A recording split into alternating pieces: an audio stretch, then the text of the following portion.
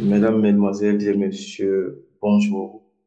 Nous vous remercions de votre présence. Comme il est de nos habitudes, nous avons bien voulu organiser cette vidéoconférence au fin de mieux comprendre, de permettre aux uns et aux autres de partager leurs expériences, de nous informer un peu de la réalité, de la thématique au niveau des femmes diplomates. Nous savons que c'est un métier particulier, le métier de diplomate. Et lorsqu'il s'agit également des femmes diplomates, il y a également une particularité à ce niveau. Merci bien, docteur Nakissa, et je vous retourne la parole. Merci, Monsieur Lagrange. J'ai étudié en Fédération de Russie, donc pratiquement 10 ans, et j'ai obtenu mon PhD en Russie, donc précisément à l'Université de l'Amitié des Peuples. Et en ce jour, actuellement, je suis enseignante-chercheur à l'Université Omar Bongo, en faculté des lettres et sciences humaines. Je suis passée maître assistante CAMES en histoire des relations internationales depuis 2023. Donc, ma candidature, elle est récente. Mon obtention de grade, il est récent. Et donc, c'est à la suite d'un concours organisé par l'institution CAMES, donc Conseil africain et malgache de l'enseignement supérieur, que j'ai pu obtenir ce grade. Et donc, de facto, je m'intéresse assez aux relations internationales, à la diplomatie, à la politique étrangère. C'est vrai que la diplomatie fait partie d'une branche de la politique étrangère. Donc, cette étude-là, donc ces études portant sur les relations internationales, la diplomatie et puis, D'accord. euh, disons, m'intéresse assez. Et les relations internationales, donc, m'offrent une opportunité d'explorer, donc, et de comprendre aussi les diverses cultures. Et puis, tout simplement, cela me permettra d'enrichir, en fait, ma propre vision des relations internationales et d'apprécier, en fait, la diversité humaine. Et en même temps, je souhaite comprendre, donc, dans le monde de la recherche, en fait, pourquoi les relations internationales facilitent assez les échanges commerciaux. De facto, on comprend que c'est en cohésion avec les acteurs étatiques, oui, mais il y a aussi beaucoup de divergences et de controverses et des défis aussi qui sont liés aux questions de coopération, croissance économique. En même temps aussi, la diplomatie, qui est un outil essentiel pour la résolution pacifique des conflits, qui est également, disons, l'outil de défense des intérêts nationaux d'un pays à l'étranger, m'attire aussi quant à cette étude, euh, en incluant les différents traités, les accords bilatéraux, multilatéraux qui, en fait, sont signés entre les acteurs euh, des relations internationales, donc les acteurs africains, les acteurs aussi européens.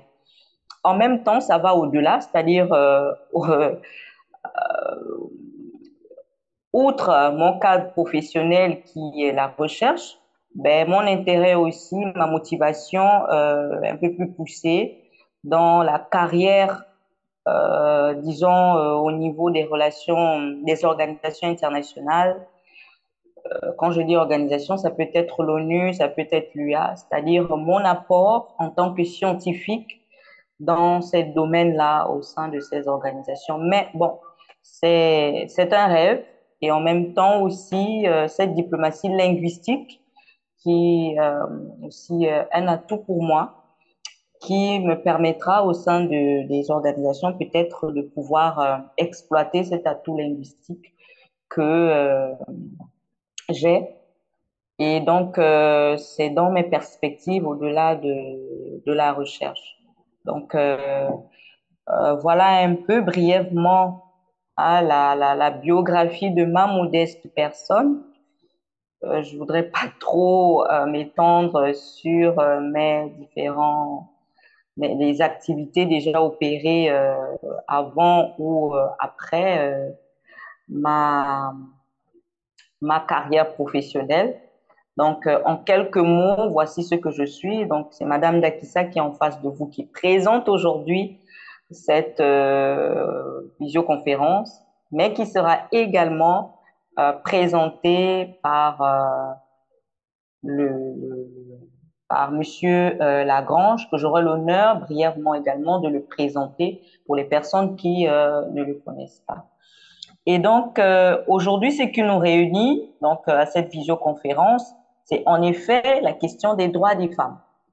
Et on comprend bien que, comme je le disais tantôt, que les droits des femmes, vraiment, c'est un sujet sensible.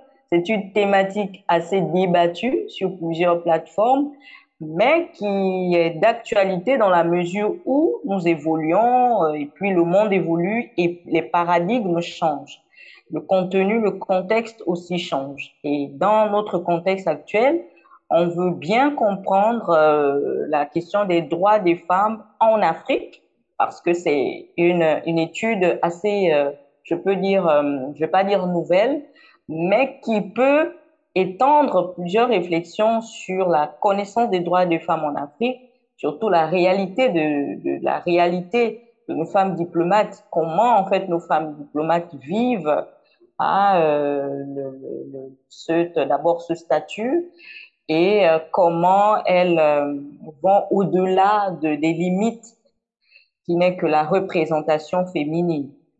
Et donc, cette visioconférence se veut à la fois un moment privilégié aujourd'hui, parce qu'on parlera nous tous des droits de femmes, et c'est vrai que ce ne seront pas que des femmes, ce sont les hommes qui vont intervenir, et c'est, je peux dire, c'est assez, je peux dire, très, très, très appréciable. Et c'est une opportunité aussi ensemble pour réfléchir sur ces questions. Et donc, je pense bien, je vous invite tous à pouvoir débattre sur sur cette question. Et c'est un plaisir pour nous de pouvoir vous accueillir à cette visioconférence remplie de plusieurs invités et d'autant plus qu'ici, nous avons des personnalités sûrement, nous avons des chercheurs, nous avons des docteurs, nous avons peut-être des étudiants. Et donc là, c'est un moment pour nous de pouvoir apprécier l'expérience de tout un chacun, de comprendre un peu ce qui va se dire quant aux droits des femmes. D'emblée, je présenterai en quelques mots la question des droits des femmes. C'est vrai qu'il y a des concepts de droits des femmes et des femmes diplomates. Ces concepts-là sont assez complexes.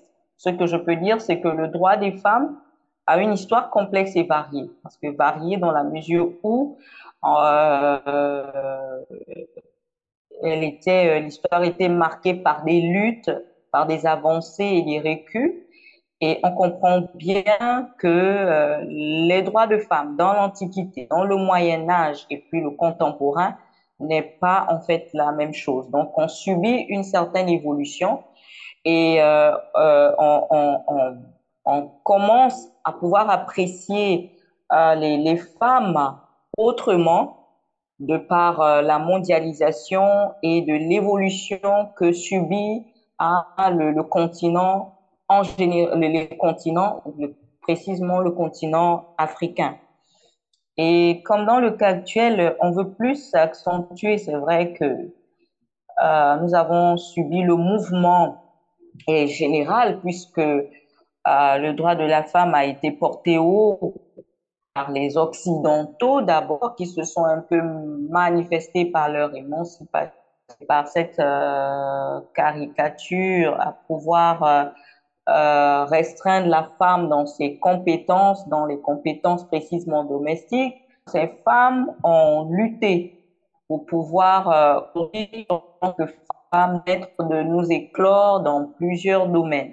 Mais en même temps, ce n'est pas le contexte africain parce que le droit des femmes en Afrique, on comprend bien qu'elle a une autre connotation. Donc, c'est peut-être dans les coutumes, les traditions que l'on peut aborder la question des droits des femmes. Et aussi, il y a cet élément, ce concept qui est très évoqué, c'est la diplomatie féminine. Cette diplomatie féminine, c'est une diplomatie nouvelle. Ça dépend des pays, ça dépend en tout cas des pays, de l'approche utilisée dans chaque pays, mais dans les pays tels qu'en France, au Canada, en Suède, la diplomatie féministe est assez débattue et très poussée, puisque maintenant, il y a déjà des stratégies mises en place au sein de chaque pays, la stratégie nationale qui est mise en place pour pouvoir à chaque fois euh, prioriser la question des droits des femmes partant de la diplomatie féminine. Donc, c'est un peu de façon, je peux dire,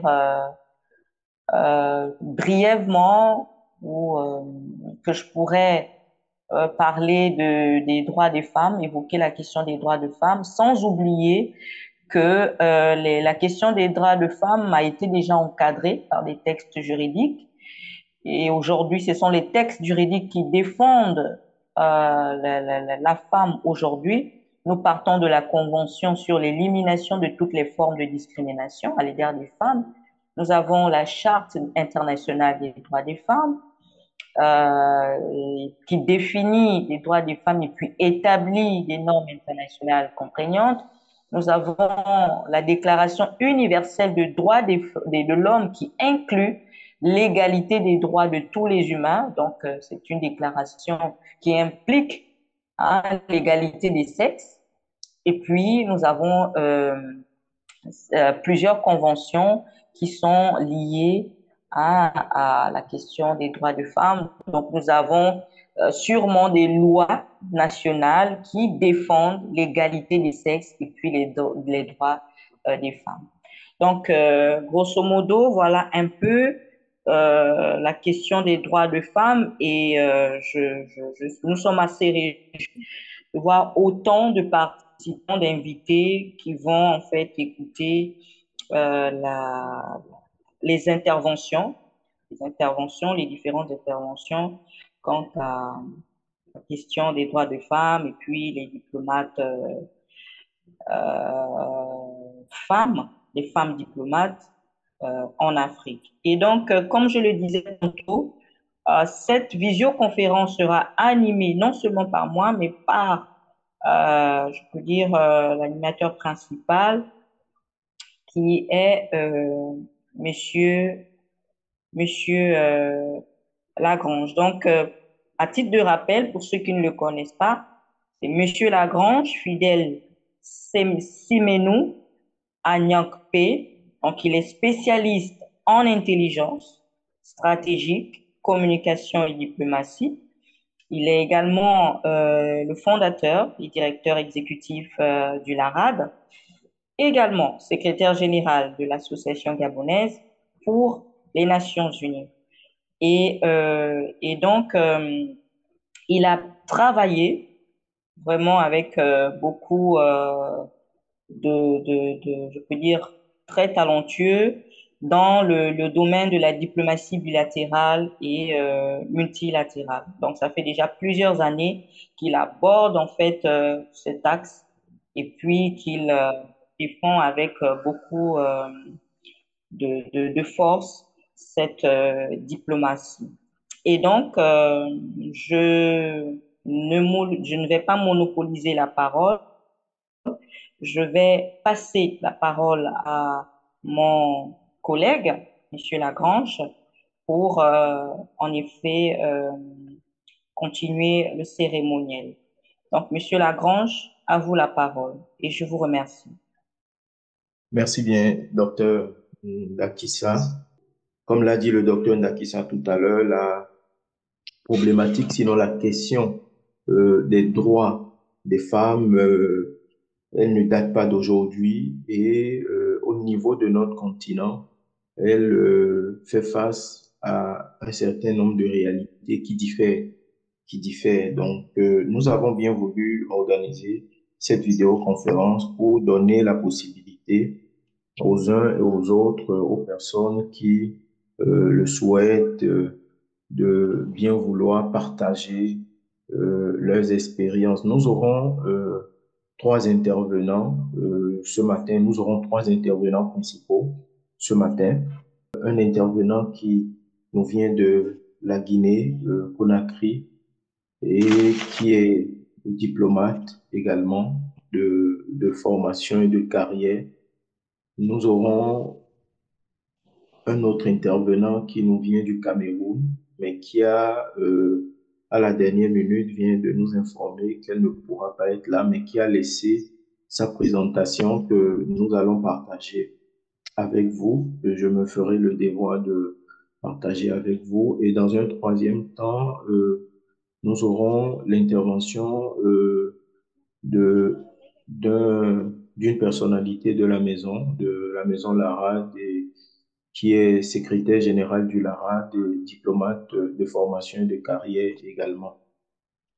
Sans plus tarder, nous allons inviter les intervenants à prendre la parole et préciser que, comme à nos habitudes, suite aux interventions des principaux panélistes, nous les appelons ainsi, nous aurons une phase d'interaction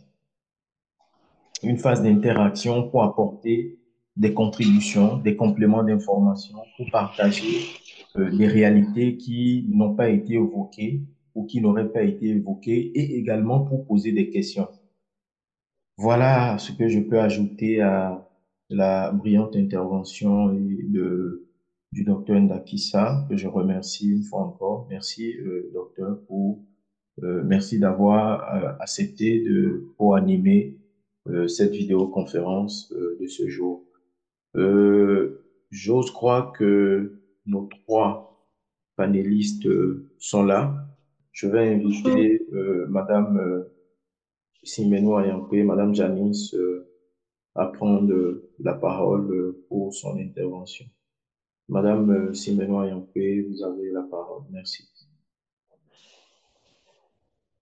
Allô, je vous remercie bien, monsieur le directeur exécutif du laboratoire de recherche et d'action diplomatique. Je remercie également l'introduction très bien faite du docteur Ndakissa Onkassa. Et je souhaite la bienvenue à tous les participants. Je suis Madame Simenou Ayampé Janice Loura, secrétaire générale de l'ARAD, mais diplomate de carrière et de formation, pardon, et de carrière. J'ai un master en droit avec une option poussée plus vers les sciences politiques. Et j'ai une formation spécialisée en diplomatie à l'ENA, que j'ai reçue à l'ENA de Libreville. Je suis fonctionnaire du ministère des Affaires étrangères depuis octobre 2009. J'ai été chef de division, puis attaché consulaire au niveau de notre consulat général au Bénin. Et depuis quelques années, je suis agent de conception d'études et chargé d'études auprès de Madame le secrétaire général du ministère des Affaires étrangères. Alors, ce qu'il faut dire en matière de droits des femmes en Afrique, avant tout propos, il faut dire que les femmes ont été principalement traitées, ou alors leur rôle était plutôt originellement destiné à l'entretien du foyer, l'entretien de la maison, que ce soit en Occident ou en Afrique. En général, il y a un adage où il y a une citation d'un populaire que j'entends dans les réseaux sociaux. On dit le rôle de la femme est à la cuisine. Donc, je crois que depuis les temps anciens, on avait toujours pensé et vu les femmes se cantonner à ce rôle de femme de ménage. Mais au fil des années, et ce rôle et la place de la femme ont évolué dans la société au point de voir dans toutes nos sociétés, hein, que ce soit occidentales ou africaines, pardon, la place de la femme être beaucoup plus vue dans différents domaines. On a parlé à ce moment-là de l'émancipation de la femme. Alors, il y a eu beaucoup de choses qui ont été faites, qui ont été dites par les femmes ou pour les femmes. Et pour diverses raisons, les femmes, mais également les hommes, il faut dire, ont commencé à revendiquer certains droits. Le droit de vote, le droit du travail, la planification des naissances, donc ce qu'on appelle le planning familial avec les lois sur l'avortement, les grossesses. En Afrique, cette planification familiale est beaucoup plus récente, mais en Occident, on en parle depuis les années 70, 60 par là. Alors, le docteur Macky l'a cité, il y a eu plusieurs conventions. La principale, c'est la convention de 1979 sur l'élimination de toute forme de discrimination à l'égard des femmes. Elle a été ratifiée après 10 signatures en 1981. Et il faut dire que tous les pays du monde, y compris les pays africains, devaient s'approprier les termes et les objectifs assignés dans cette convention et prendre des mesures sur le plan national à cet effet. Chose n'est pas facile en Afrique quand on connaît les traditions, le poids des traditions, le poids des préjugés, le poids des stéréotypes dans la vie sociétale. Je vais d'ailleurs vous donner comme ça le point de vue du comité sur l'élimination des discriminations à l'égard des femmes. Dans un rapport établi en 2016 sur le Mali, puisque chaque pays a le devoir de présenter un rapport sur le droit des femmes sur le plan national. Et au Mali, ce comité avait encore décelé vraiment des faiblesses sur le droit des femmes, que les femmes étaient relayées au second plan sur tous les domaines, sur le plan politique, sur le plan économique, et qu'il fallait encore, elle avait recommandé qu'il fallait encore des efforts en 2016 déjà au Mali pour que certains objectifs de la Convention soient atteints. Le Gabon n'est pas resté en marge de ce mouvement mondial en faveur des droits des femmes, puisqu'il est signataire depuis les années 80 de cette convention et bien d'autres également, d'autres conventions, que ce soit les conventions africaines, que ce soit les conventions internationales. Et elle a vu sa législation, surtout cette dernière décennie, évoluer positivement en faveur des droits des femmes. Je peux citer par exemple, en 2018, il y a eu la modification de la Constitution où la notion de parité entre les sexes a été introduite. En juin 2021, une loi a été prise en faveur de la parité pour les femmes dans les fonctions électives. Donc, on a pensé qu'il était bon qu'il y ait au moins 30% de femmes qui occupent les fonctions électives au Gabon. En novembre 2021, donc la même année, il y a eu une nouvelle législation qui a touché plusieurs domaines et cette législation était en faveur de la lutte contre les violences faites aux femmes. Il y avait donc le secteur de la famille qui a été touché, le travail, notamment l'entrepreneuriat, la santé et sur le foncier, parce qu'il était en général admis que lorsque une femme était mariée, de facto, les terres de son époux, enfin, c'était pas mentionné précisément, mais les terres de son époux lui appartenaient à lui, mais il fallait qu'il y ait d'autres dispositions pour que de facto, lorsqu'il mourait par exemple, les terres, le terrain revenaient à l'épouse, à la veuve. Donc il y a eu des modifications dans ces domaines-là pour que les droits des femmes soient un peu plus reconnus et valorisés au Gabon. Il y a encore beaucoup de choses à faire. Moi, je le dis, dans le secteur notamment de la famille, mais aussi du travail.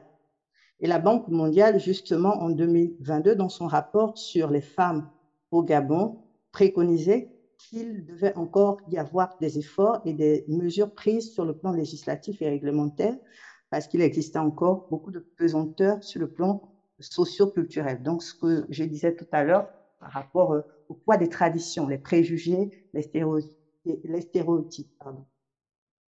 En matière de droits des femmes africaines, sur le plan de la diplomatie, il faut dire qu'au Gabon, je parle d'abord au Gabon, il y a beaucoup de difficultés en fait. Mais ce qu'il faut dire, c'est qu'en général, la carrière diplomatique est un domaine assez délicat, puisqu'il faudrait pour la femme diplomate pouvoir concilier sa vie personnelle, sa vie familiale, avec les contraintes de la vie diplomatique, notamment le principe de rotation qui demande à ce qu'un agent diplomatique puisse quitter le territoire pour servir à l'extérieur. Et souvent, pour les hommes, c'est plus ou moins évident parce qu'il s'agira pour l'épouse d'un diplomate homme de se déplacer, quitte à abandonner son travail. Mais pour la femme, comment fait-elle pour pouvoir convaincre son mari, son époux, son fiancé de la rejoindre à l'extérieur?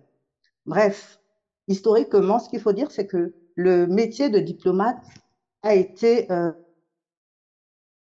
principalement un métier d'homme. Depuis le Moyen-Âge, c'était des coursiers masculins qui pouvaient se déplacer. Comme je l'ai dit à l'entame de mon propos, le rôle de la femme était principalement consigné à des tâches ménagères, des tâches domestiques. Mais en sourdine, les femmes se sont intéressées, comme dans beaucoup d'autres domaines d'activité, aux questions diplomatiques. Et lorsqu'elles ont commencé à intégrer de manière formelle le secteur de la diplomatie, je parle en général pour l'Occident, mais au Gabon, on va voir comment ça s'est passé dans quelques instants. Elles ont pu et su se hisser aux plus hautes fonctions dans le secteur. Par exemple, c'est en 1917 qu'une femme a été reconnue première femme diplomate. Elle était russe, en la personne d'Alexandra Kollontai. Elle a intégré le gouvernement de Lénine en 2017 et elle a gravi les échelons.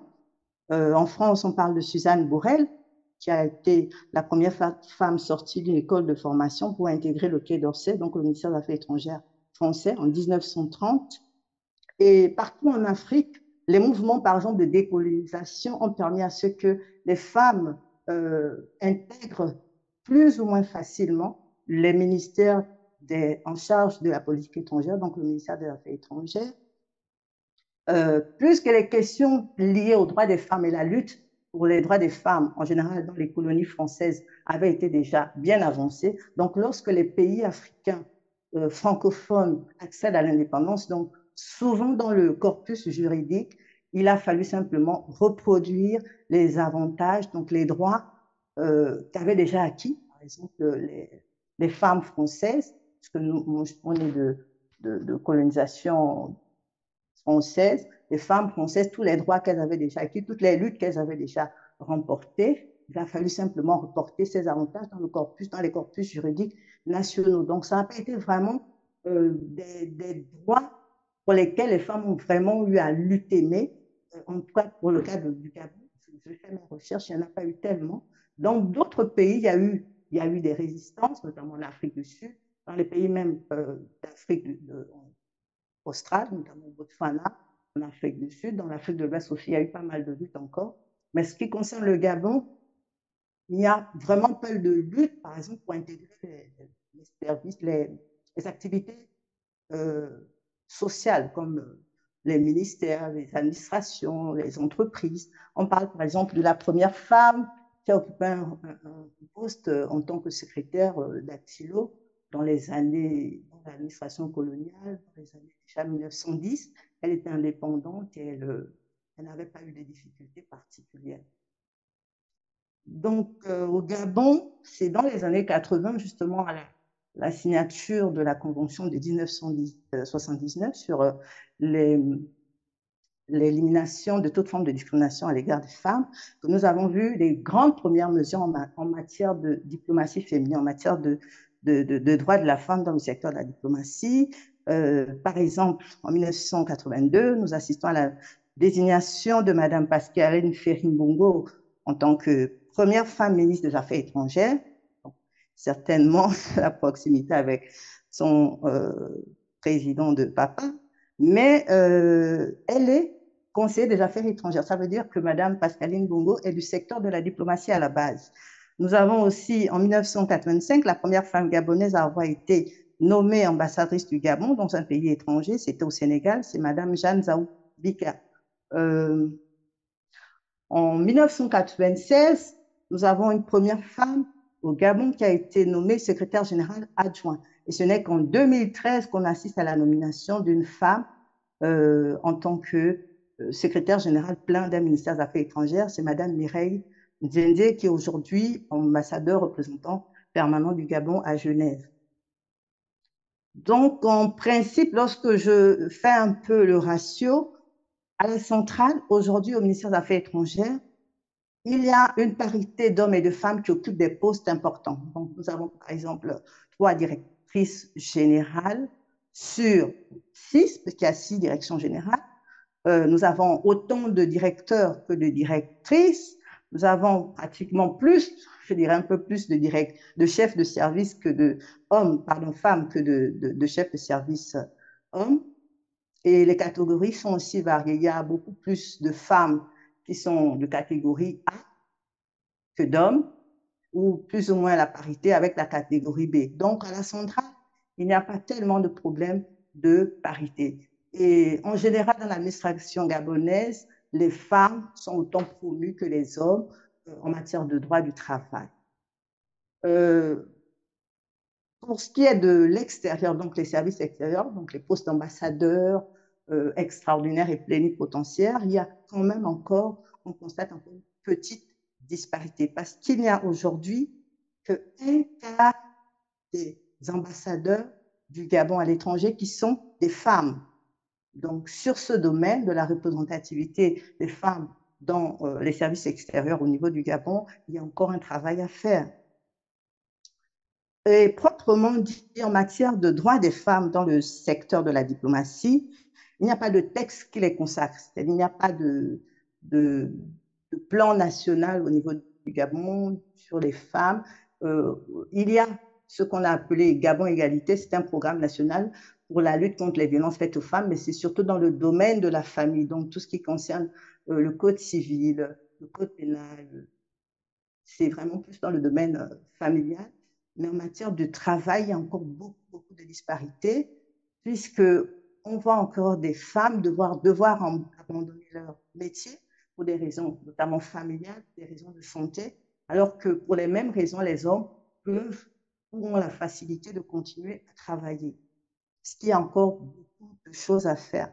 Le texte général qui régit un peu le droit des femmes en matière de diplomatie, je veux dire en matière de travail, sinon dans le secteur de la diplomatie, c'est le statut général de la fonction publique qui parle de tout type de domaine, donc que ce soit l'administration générale, les finances, le secteur du bois, le secteur minier.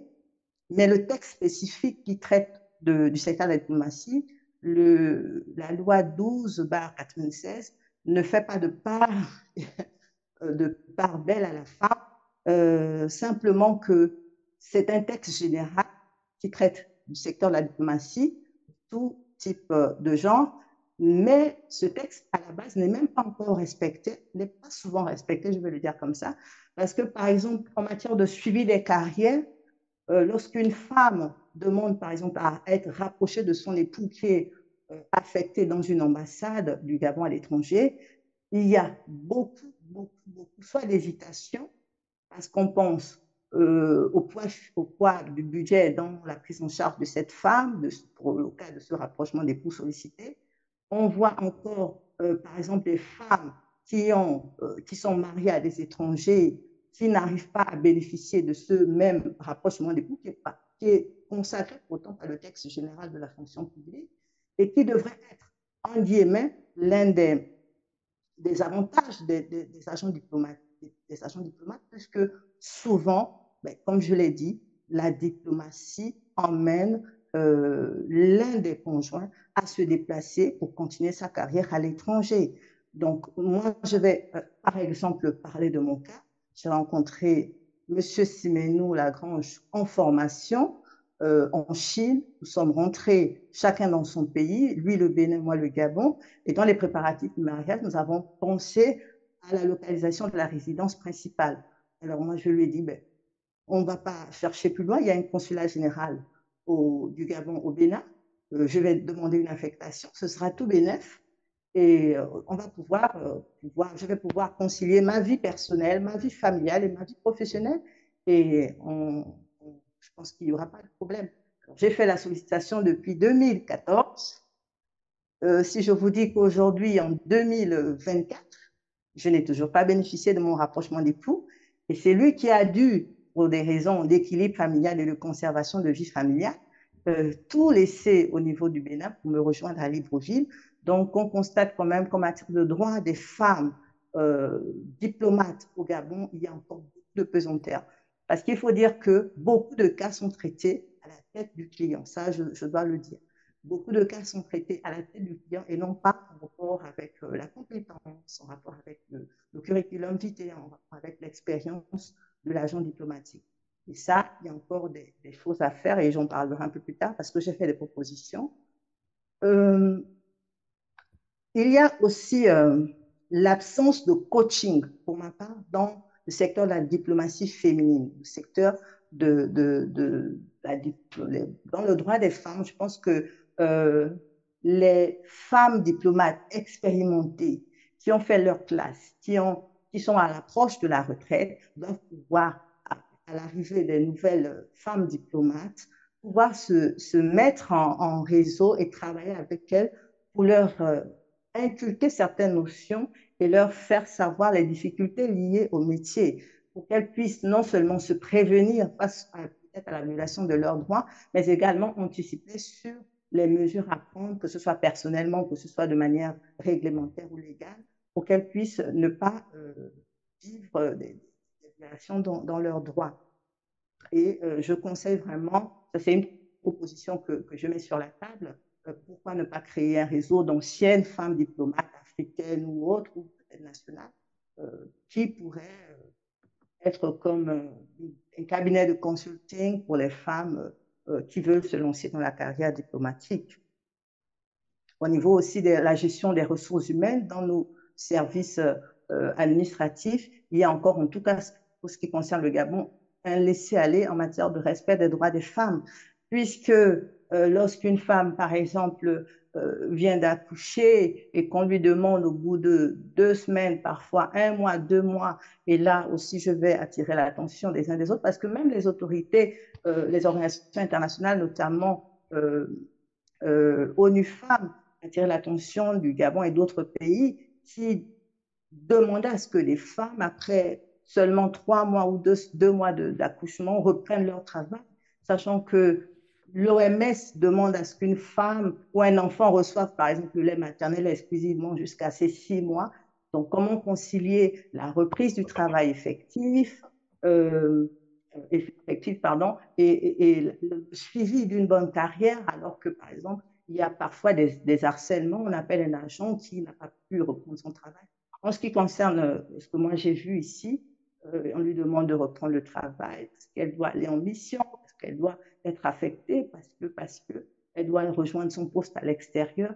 Donc, il y a encore beaucoup de difficultés dans le suivi des carrières et la compatibilité ou le respect des droits des femmes en matière diplomatique. Ce qu'il faut aussi quand même relever, c'est qu'il y a un cadre légal qui doit être amélioré en ce qui concerne le Gabon.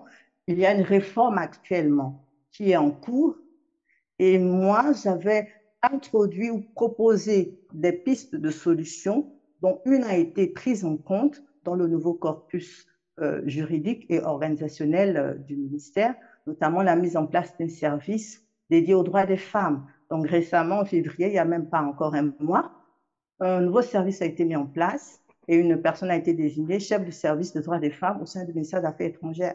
J'ose croire qu'avec tout ce que tous les défenseurs ou toutes les défendresses des droits des femmes en Afrique en général et au Gabon en particulier, que les propositions seront prises en compte pour le respect de la vie privée, de la vie familiale, la possibilité de concilier facilement vie professionnelle rejoindre son époux à leur être à côté, avec possibilité que son époux soit rejoint plus facilement pour préserver l'équilibre familial. Respect des compétences, parce que souvent, dans nos ministères, ça c'est en général, je pense que c'est dans l'administration, en général, je ne parle pas d'Africaines ou Gabonaises particulièrement, mais les femmes sont aussi victimes de harcèlement sexuel. Les femmes sont aussi victimes de harcèlement professionnel. Lorsqu'une jeune stagiaire arrive et qu'elle a l'ambition d'évoluer dans une boîte, dans un ministère, dans une entreprise, souvent, c'est sur la base des propositions, bon, je ne dirais pas le mot, on lui promet l'évolution de sa carrière. Donc, il y a aussi ce problème d'évolution carriérale chez les femmes en tant que travailleuses et diplomates encore plus, parce que dans notre métier, le fait d'avoir la possibilité ou l'opportunité d'être affecté dans un pays étranger, et souvent c'est dans les meilleurs pays, quand je dis meilleurs pays, c'est où le coût de vie est plus ou moins agréable, le coût de vie est pardon, plus bas, et le style de vie est agréable, où on nous en met un peu plus, on nous en met un peu plus comment dire, je ne sais pas comment dire ça, mais on nous oblige, mais on nous présente cela, on nous allège avec ces propositions. Ben oui, si tu me donnes quelque chose, ben je pourrais te faire affecter à Washington, en Chine, en France. Et c'est ça aussi la réalité de la femme diplomate africaine. Comment pouvoir conserver ou faire valoir ses droits si à tout va, elle est sujette à du harcèlement professionnel, à du harcèlement sexuel. Et c'est des mots comme ça. Il y a beaucoup qui ont vu leur carrière arrêtée par le fait d'indélicats qui n'ont pas voulu respecter le droit du travail, le droit simplement du travail, mais qui ont, à cause d'un refus, décidé que telle femme n'aurait jamais de promotion. Et ça, on n'en parle pas beaucoup, mais ça existe dans nos administrations et particulièrement dans le secteur de la diplomatie. Donc, je vais m'en arrêter là en finissant et en conclusion. Je pourrais dire qu'il y a aujourd'hui au Gabon une transition. Les nouvelles autorités ont parlé de changement des modalités, changement dans les normes réglementaires et légales, et il y a la préparation du dialogue national. Je pense que beaucoup de propositions ont été faites pour améliorer ce secteur. En matière de diplomatie, moi, je vois aujourd'hui à la tête du ministère des Affaires étrangères du Gabon un homme, notre ministre des Affaires étrangères, qui aujourd'hui se bat personnellement et institutionnellement à reconnaître qu'il y a des problèmes dans la maison et à faire valoir véritablement les droits des femmes, notamment en ce qui concerne l'évolution carriérale, le respect des compétences, la reconnaissance, pardon, des compétences des uns et des autres, et les mutations et les affectations en fonction non pas du faciès, non pas à cause d'une promotion canapé, mais parce que l'agent public, homme ou femme, véritablement, on a droit. Je vais donc laisser la parole aux animateurs, aux co-animateurs, pour éventuellement continuer le partage sur cette question avec mes collègues des autres pays avec qui j'échange également sur ces questions et je pourrais revenir pour d'autres explications ou d'autres informations si l'occasion m'en était donnée. Je vous remercie pour votre aimable attention et je cède la parole aux animateurs. Merci bien. Merci, Madame Siminou, pour cette brillante intervention. Nous étions tous édifiés parce qu'il y a eu véritablement des informations qui, je pense bien, hein, pour l'Assemblée, pour les invités ici, ont pu bénéficier de certains défis que rencontrent véritablement les femmes diplomates. Et ça, ça a été très important et j'avoue que là, vous avez apporté une pierre à l'édifice. Quant à l'édification, c'est-à-dire la place de la femme diplomate dans la vie professionnelle et puis ce lien-là avec sa vie familiale. Donc, je donnerai brièvement avant de passer à la parole à ceux qui voudront poser les questions. Donc, nous comprenons par l'intervention de Madame véritablement la place de la femme avant, elle était plutôt limitée quant à son cadre qui n'était que le foyer. Donc, la femme était destinée plutôt à exercer toutes ses tâches au sein du foyer et elle ne pouvait pas à ce temps-là pouvoir s'éclore. Les choses ont évolué. Le rôle de la femme, en effet, s'est plus mis en place. Désolée, hein, excusez-moi vraiment. Donc, je disais tantôt que le rôle de la femme a évolué et donc nous comprenons tout de suite par l'intervention de Madame Simenou que bien évidemment la Convention encadre le droit de la femme et nous pouvons comprendre que le Mali a en effet été l'acteur qui a pu déceler les faiblesses sur le plan économique, sur plusieurs pans. Et le Gabon aussi n'est pas resté en marge en fait de cette signature. Et donc il y a eu quelques émancipations, je peux dire progression quant aux droits de la femme. Et nous avons assisté en 2018-2021 à ce qu'on peut appeler la parité entre les femmes et surtout, il y a cette parité au niveau des fonctions. Et donc là, cette attention sur non seulement l'égalité des sexes, mais il y a aussi cette parité au niveau de l'occupation des fonctions qui est très important. Bien évidemment, vous avez cité certaines femmes qui ont été les premières dans la diplomatie, mais nous allons plutôt relever les défis au sein de la diplomatie, c'est-à-dire au Gabon. Comment vivent en fait les femmes diplomates? Nous relevons l'absence du coaching, nous relevons la négligence au niveau du respect des droits des femmes et nous relevons souvent le non-suivi des carrières au niveau des non-suivi des carrières des femmes diplomates et des suggestions, bien évidemment. Vous avez proposé qu'il y ait une création des réseaux d'anciennes femmes diplomates, aussi question également améliorer le cadre juridique pour en effet rendre plus plausible les actions de la femme dans la diplomatie. Donc, pour ne pas m'étendre, je vais laisser la place à ceux qui veulent poser des questions. Et donc, nous vous écoutons. Si l'animateur Lagrange a quelque chose à dire, nous écoutons. Sinon, place aux questions. Donc, merci bien, docteur Nakissa, et merci également à Madame Simenou. Je précise que Madame Bekemen du ministère des Affaires étrangères de la République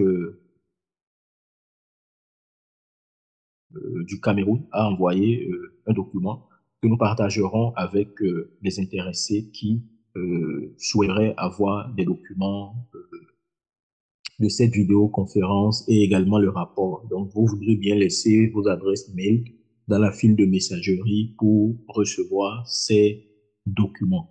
Merci bien, docteur Nakissa, et je vous retourne la parole. Merci, monsieur Lagrange. Donc, la parole est aux personnes qui voudront poser les questions ou bien apporter aussi de l'expertise. Compte tenu du temps aussi, nous allons gérer aussi les interventions. Premièrement, nous avons peut-être besoin de 3 et soyez précis dans vos questions si c'est possible et nous tenterons d'avancer le plus rapidement possible. Donc, nous vous remercions. Place aux questions. C'est Madame Adja Sapé. Oui, Madame Adja Sapé, nous vous laissons la parole. Voilà, bonjour tout le monde. Bonjour. Je m'appelle Adja Sapefal. Hein. J'ai été invitée par l'ARAD par le biais de notre animateur. Donc, et sachez que c'est un plaisir de vous rejoindre, hein, de rejoindre le laboratoire qui est vraiment venu à son heure. Et moi, j'aimerais dire que le monde diplomatique est un monde très fascinant et que les femmes sont en train de se frayer une place qui sied le mieux pour elles. Et que sachez que chaque fois qu'il s'agit des femmes, c'est une façon de se faire valoir une posture vraiment prépondérante et très professionnelle de leur part. Et j'en profite pour rendre hommage à toutes les femmes qui sont dans cette plateforme, parce que nous sommes au mois de mars et que sachez que vraiment, nous devons de jouer notre partition pour que l'Afrique, notre cher continent, aille de l'avant. Maintenant, je voudrais vraiment vous interpeller pour ce qui concerne vraiment une néophyte en la matière comme moi. Je suis doctorante en relations internationales et en diplomatie au niveau du Centre d'études diplomatiques et stratégiques qui se trouve à Dakar et qui est un organisme consultatif des Nations Unies. Voilà, maintenant, mon problème, c'est que est-ce qu'il existe un dispositif pour une intégration effective dans le milieu diplomatique? C'est-à-dire qu'entre nous, Africains, surtout l'Afrique de l'Ouest, au niveau sous-régional, est-ce qu'il existe un système pour intégrer spontanément les néophytes comme moi? Et aussi, est-ce que, comme le 8 mars s'avère être la journée internationale de la femme, là où on magnifie la femme, est-ce que dans le monde diplomatique, il existe une tribune ou bien un prétexte pour vraiment créer ou bien raffermir les liens pour qu'au moins les femmes diplomatiques puissent se retrouver dans un milieu donné et que ça puisse être un prétexte d'intégration entre les diplomates africaines. Et maintenant, pour la donne économique cette fois-ci, on doit pouvoir passer par le canal diplomatique, à mon sens, pour vraiment mettre en exergue ce qu'on appelle la théorie d'avantage comparatif. Donc, on a assez de cacahuètes ici au Sénégal. Bon, l'avènement du pétrole et du gaz. En Côte d'Ivoire, on a assez de cacao. Ou bien au Gabon, il y a assez de bois. Comment est-ce que les échanges interafricains pourraient être boostés à travers le canal diplomatique? Parce que, comme on dit, c'est des représentations dignes d'un pays donné et que c'est une occasion que de faire valoir, du point de vue économique, vraiment nos avantages. L'avantage de chacun pour que, au moins, qu'on se départisse un peu du joug de l'Occident et qu'on instaure carrément un mécanisme qui puisse nous permettre vraiment d'échanger entre Africains. Je sais qu'il y a vraiment des facteurs bloquants pour ce qui concerne la monnaie, la politique monétaire, parce que rien que d'aller avec le franc CFA du Sénégal pour aller à Brazzaville, c'est un problème, parce que tout simplement, il y a le franc CFA de l'Afrique centrale qui est différent carrément du franc CFA de l'Afrique de l'Ouest. Donc, c'est des barrages comme ça sur lesquels on pourrait peut-être tenir des panels et quelque chose comme ça pour vraiment faire sauter les verrous, comme on dit. Maintenant, en dernier lieu, je voudrais savoir, est-ce qu'il y a une base de données téléphonique pour que, ou bien un mailing list pour que voilà, le travail d'échange puisse se faire de manière spontanée. Je vous remercie et je souhaite une très belle journée à tout un chacun. Merci.